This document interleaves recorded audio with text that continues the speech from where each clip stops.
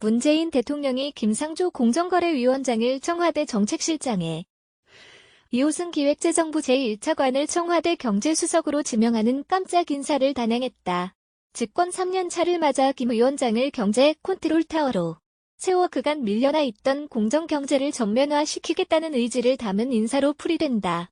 청와대는 21일 문 대통령이 김수현 정책실장 후임으로 김 위원장을, 윤종원 경제수석 후임으로 2차관을 임명했다고 밝혔다.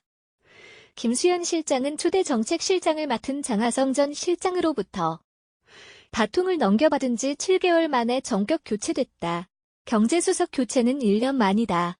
신임 정책실장으로 임명된 김 위원장은 재벌 저격수로 불린 진보적 경제학자다. 김대중 정부 시절 노사정위원회와 재정경제원 위원을 거쳤고 참여연대에서 활동하며 재벌개혁에 앞장섰다. 2000년대 삼성그룹의 경영권 승계를 비판하면서 삼성 저격수라는 별명을 얻었다. 지난 대선 때는 문 대통령의 선거 캠프에 합류해 재벌개혁 정책을 논의하며 포괄적 경제정책인 제이노믹스를 설계했다. 현 정부의 경제정책은 소득주도 성장, 공정경제, 혁신성장 등 크게 3가지 핵심 축으로 짜여졌다. 그러나 최근 정부 기조가 혁신성장 쪽으로 기울면서 공정경제는 밀려난 곳 아니냐는 의혹도 나왔다. 그러나 문 대통령이 이날 공정경제를 이끌고 있는 김 위원장을 정책실장으로 임명함에 따라 3가지 경제정책 기조가 균형을 되찾을 것이란 전망이 나온다. 신임 경제수석으로 임명된 2차관은 기획재정부 정책조정국 국장, 경제정책국 국장을 차례로 역임한 정통관료 출신으로 지난 2017년 대통령 비서실 일자리 기획비서관으로 근무했다. 김상조의 과거에 머물면 실패. 김상조 공정거래위원장은 20일 삼성 바이오로직스 분식회계 의혹으로 검찰 수사를 받는 삼성그룹과 관련해 삼성은 과거에 놀라운 성공을 했지만 과거에 머물면 실패의 원인이 될 것이라고 경고했다.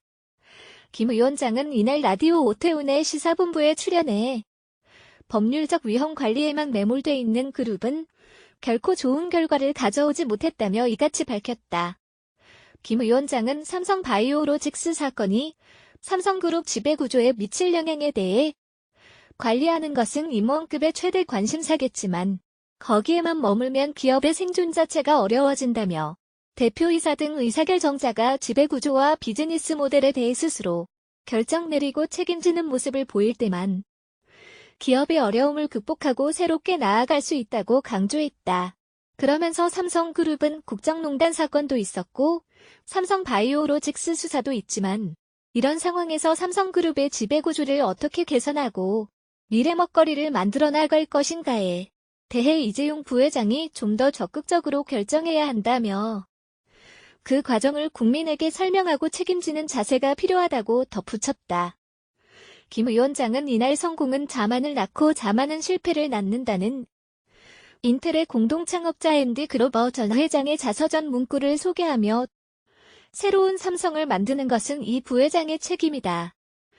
스스로 결정하고 스스로 책임지는 모습을 보여줘야 한다고 재차 강조했다. 김 위원장은 공정위가 매년 5월 발표하는 공시대상 기업 집단 지정 결과에 대해서는 제도를 개선하겠다는 입장을 밝히기도 했다.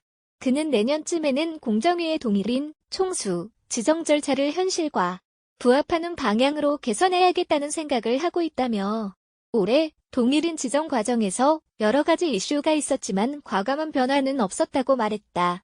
그러면서 공정위가 조원태 한진칼 대표이사를 한진그룹 동일인으로 지정한 것에 대해 공정위가 각 그룹의 총수를 지정하는 것은 아니다.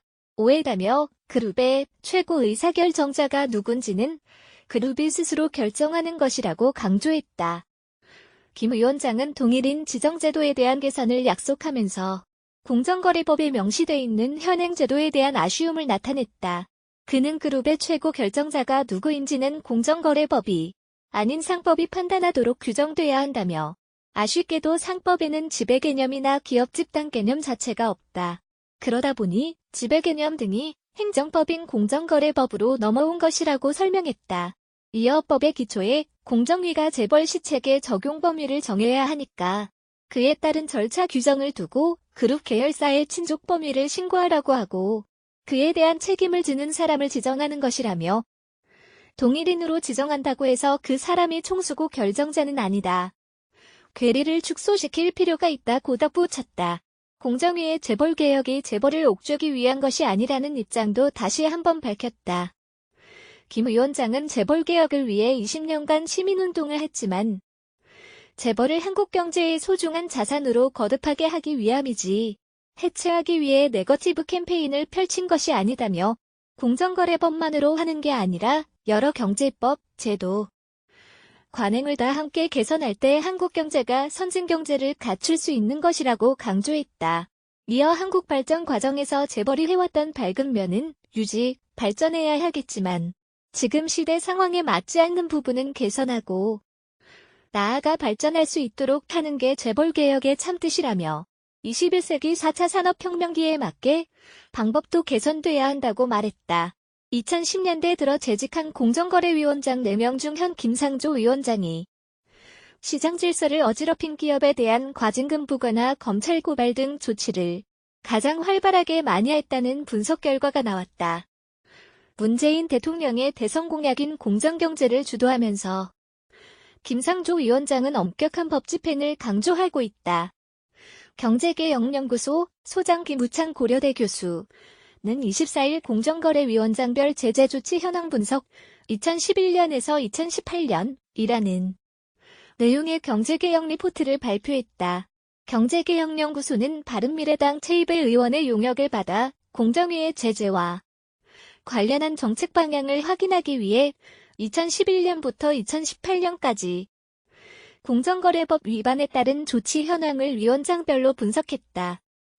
위원장 재임 하루당 과징금 부과 건수는 김상조 위원장이 0.883건으로 가장 많았고 뒤를 이어 김동수, 정재찬, 로데레 위원장 순이었다. 위원장 재임 하루당 고발 조치 건수도 김상조 위원장이 0.441건으로 가장 많았고 뒤를 이어 노데레, 정재찬, 김동수 위원장 순이었다. 김상조 위원장이 김동수 위원장에 비해 무려 4배 가까이 많았다. 분석 대상 기간 중 재임한 위원장은 김동수 838일 재직, 노데레, 정재찬 전 위원장과 현직 김상조 위원장 등 4명이다.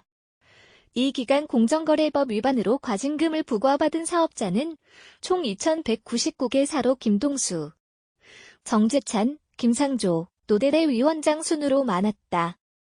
법 위반 행위 유형별로 보면 부당한 공동행위, 담합가 1,910건으로 대부분을 차지했고 뒤이어 불공정거래 행위 등 부당지원 행위 등 경제력 집중 억제 규정 위반, 시장 지배적 지위남용 행위 순이었다. 김동수 위원장 때는 담합으로 인한 과징금 부과 비율이 74.82%, 511건로 적었으나 불공정거래 행위 등에 대한 과징금 부과율은 19.91%로 상대적으로 높았다. 노데레 위원장 시기에는 경제력 집중 억제 규정 위반에 대해 가장 많은 10건의 과징금을 부과했고 이 중 9건은 지주회사 행위 규제 위반에 따른 것이었다. 정재찬 위원장 때는 담합이 604건으로 높은 비중을 차지했고 시장 지배적 지위남용 행위에 대한 과징금 부과도 8건으로 가장 많았다. 김상조 위원장 시기 재임 중에는 담합의 비중이 477건로 가장 높았고 재벌개혁과 관련이 깊은 사익 편취 등 부당 지원 행위에 대한 과징금 부과도 10건이었다. 과징금 깎아준 비율은 김상조 최소, 노데레 최다. 과징금 결정 과정에서 과징금이 강경된 사업자의 비율은 61.89%로 노데레, 김동수, 정재찬, 김상조 위원장 순이었다. 실제 강경된 금액 비율은 정재찬, 김동수, 노데레, 김상조 위원장 순으로 나타났다. 공정거래법 위반으로 고발된 것은 총 858건이었고 정재찬 257건, 노데레, 김상조 각 249건, 김동수 103건 위원장 순으로 많았다. 법 위반 행위 유형별로 살펴보면 답합이 787건으로 대부분을 차지했고 뒤이어 부당지원 행위 등 29건, 불공정거래 행위 23건 등 순이었다.